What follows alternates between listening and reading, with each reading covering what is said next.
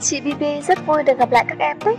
Hôm nay chị sẽ hướng dẫn chúng mình làm thiệp hình con vật nhé.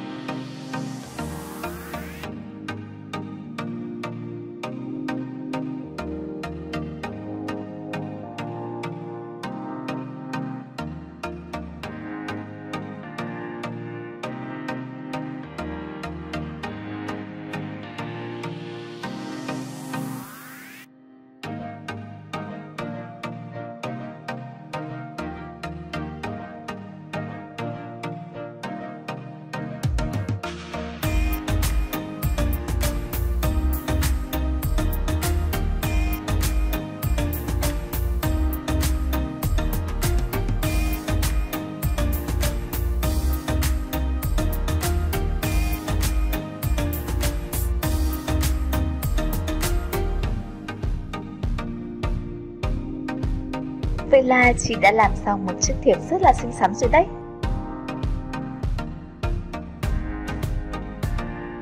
Các em nhớ nhấn like và đăng ký kênh để đón xem những video tiếp theo nhé.